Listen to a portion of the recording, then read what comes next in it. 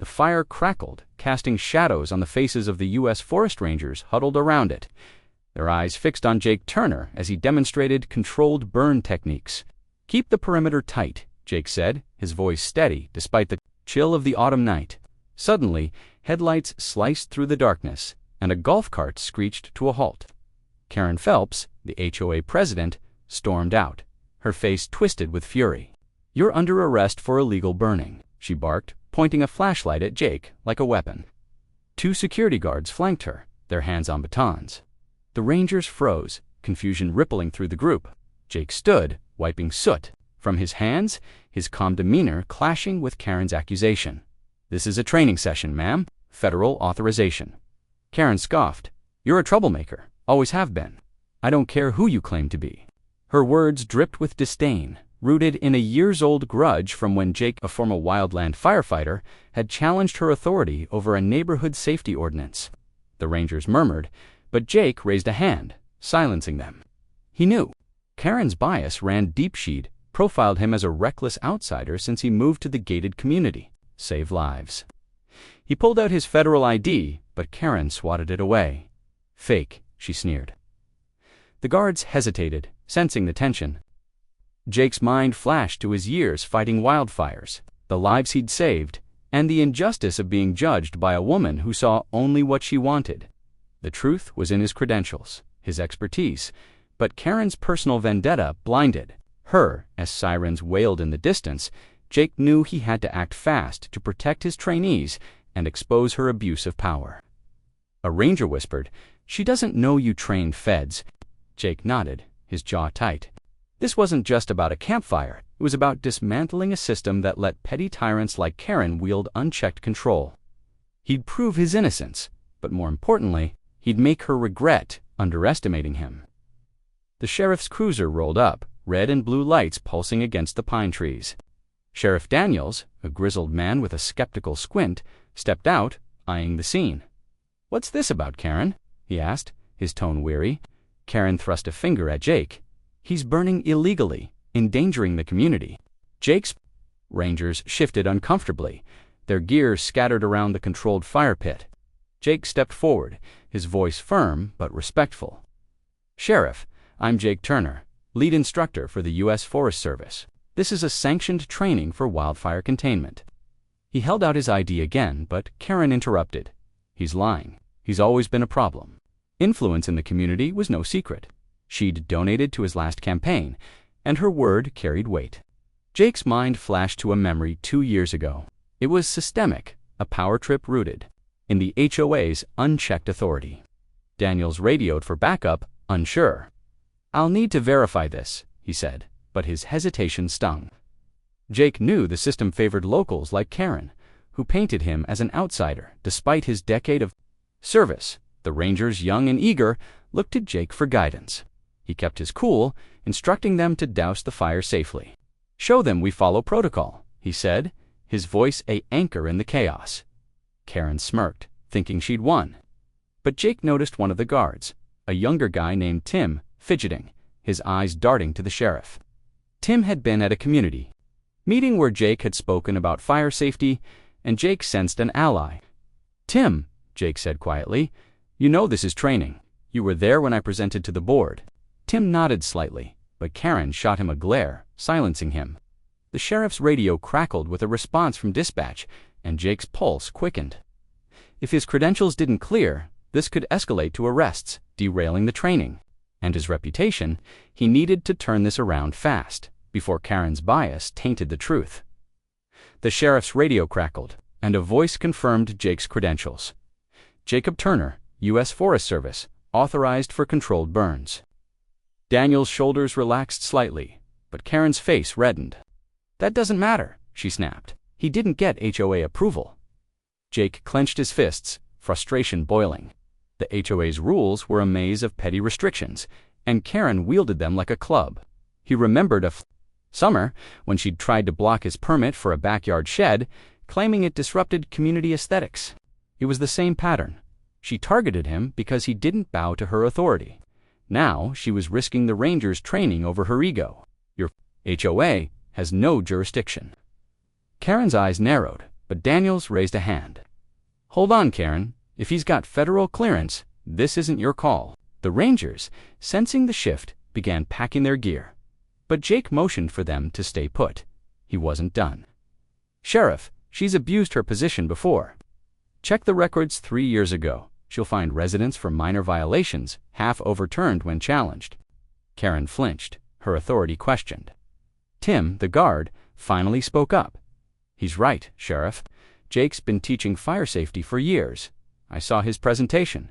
He's legit." Karen whirled on Tim. "You're out of line." But Daniels was listening now, his skepticism turning toward her. Jake seized the moment. "Sheriff, my trainees need this to fight wildfires. Karen's personal grudge is putting lives at risk." He pulled out his phone, showing emails from the Forest Service authorizing the session. Daniels scanned them, his expression hardening. "Karen, you didn't mention this was a training," she stammered.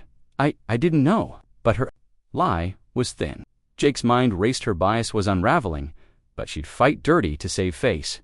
He needed more than credentials. He needed to expose her pattern of overreach. The Rangers watched, tense, as Daniels stepped aside to call his supervisor. Jake caught Tim's eye, nodding slightly. If he could get Tim to reveal more about Karen's tactics, the truth might break through. But time was tight, and Karen's influence ran deep. One wrong move, and Jake could still lose everything. Daniels hung up the radio, his face grim. "Forest Service confirms Jake's authorization. This is a federal operation." Karen's jaw dropped, but she recovered quickly, doubling down. He still broke HOA rules. Her obsession with control was suffocating, a mirror of every bureaucratic hurdle he'd faced in his career. He flashed back to his early days as a firefighter, when a city official had blocked his crew's access to a burning hillside, citing jurisdiction. That delay cost homes. Now, Karen's power grab could cost lives in future wildfires. "Sheriff," Jake said, his voice steady, "her rules don't override federal law. She's been targeting me since I moved here. Checked the complaints. She's filed against me, all dismissed." Daniels glanced at Karen, who avoided his gaze. Tim, the guard, stepped forward, nervous but resolute. "She's done this before, Sheriff. Last year she tried to shut down a kid's soccer game, said it was too loud. Folks complained, but she threatened fines." The Rangers murmured, their respect for Jake growing as they saw the injustice unfold. Daniels rubbed his chin, clearly torn. Jake pulled out a worn notebook from his pack, flipping to a page of signatures. He handed it to Daniels, who skimmed the names, recognizing some prominent locals. Karen's face paled. She hadn't expected pushback. Jake pressed his advantage. "She's profiling me because I don't fit her mold of a perfect resident. I'm a working-class guy, not one of her country club cronies." The accusation hung heavy, exposing the classist undertones of her vendetta. Daniels turned to Karen. "You got anything to say?" "I'm protecting our community." But her voice lacked conviction. Jake sensed the tide turning, but knew Karen wouldn't back down easily. She'd likely try to sway the HOA board or rally her allies. Tim's eyes met Jake's, and he nodded slightly. Hinting at more, he could reveal Jake just needed to keep the pressure on. The tension hung thick as Karen's confidence cracked. Jake saw his opening. "Sheriff asked Tim about the HOA meeting last month," he said, his voice calm but pointed. Tim shifted, glancing at Karen, who shot him a venomous look. "Go on, Tim," Daniels prompted, sensing the guard's unease. Tim cleared his throat. Karen pushed to ban all outdoor fires, even grills, after Jake's last safety demo, said it was too risky. But the board voted it down. Residents wanted Jake's training. Karen's face flushed. Jake's mind flashed to that meeting where he'd presented data on wildfire risks, earning applause from neighbors tired of Karen's overreach. Her grudge had deepened then. She saw him as a threat to her control. Now, her bias was laid bare. Daniels turned to Karen. "You knew about his training and still called this in," she stammered. I thought it was unauthorized, but..." Her lie crumbled under scrutiny. Jake stepped closer, his voice steady. "She's been gunning for me since I challenged her on a faulty evacuation plan 3 years ago. It wasn't up to code, and people could have died." The Rangers nodded, aware of Jake's reputation for prioritizing safety. Daniel's radio buzzed again. His supervisor, now looped in, demanded a stand-down. "This is a federal matter." "Karen, you're out of line," Daniels said, his tone final. Jake's chest eased, but he wasn't done. "Sheriff, her actions delayed critical training." Wildfires don't wait for HOA approval. Karen's authority shrank with every word Tim added. "She's fined people for nothing petty stuff, like leaving a bike out. Residents are fed up." Daniels nodded, his patience with Karen gone. "We're done here. Jake, you're clear to continue." Karen opened her mouth to protest, but Daniels cut her off. "You've caused enough trouble," Jake exhaled, relief mixing with resolve. He'd won this round, but Karen's influence lingered. He needed to ensure she couldn't retaliate, not just for him, but for the community she'd bullied for years. The Rangers resumed their setup, but Jake's mind was already on the next step as the Rangers reignited the fire for training. Jake watched Karen retreat to her golf cart, her face a mask of humiliated rage. He knew this wasn't over. She'd likely rally her HOA allies to smear him. His mind flicked to a memory: a colleague in Montana, wrongly accused of misconduct by a local official, had lost his job because he didn't fight back fast enough. Jake wouldn't make that mistake. He turned to Daniels, who was lingering, jotting notes. "Sheriff, can we document this? Her false report wasted your time and endangered my trainees." Daniels nodded, pulling out a notepad. "Good call. I'll file an incident report." Jake's calm exterior hit a fire of his own. He'd spent years battling blazes and bureaucracy. Karen's profiling wasn't just personal. It exposed the unchecked power, a microcosm of how small fiefdoms could ruin lives. Tim approached, hesitant. "Jake, I'm sorry I didn't speak up sooner. She's got half the board scared of her." Jake clapped his shoulder. "You spoke up when it counted. That's enough." The Rangers, now back in formation, listened as Jake resumed the lesson, but his focus split. He needed to dismantle Karen's influence for good. "Plenty. She's been fleecing us with fines for years." Jake nodded, a plan forming.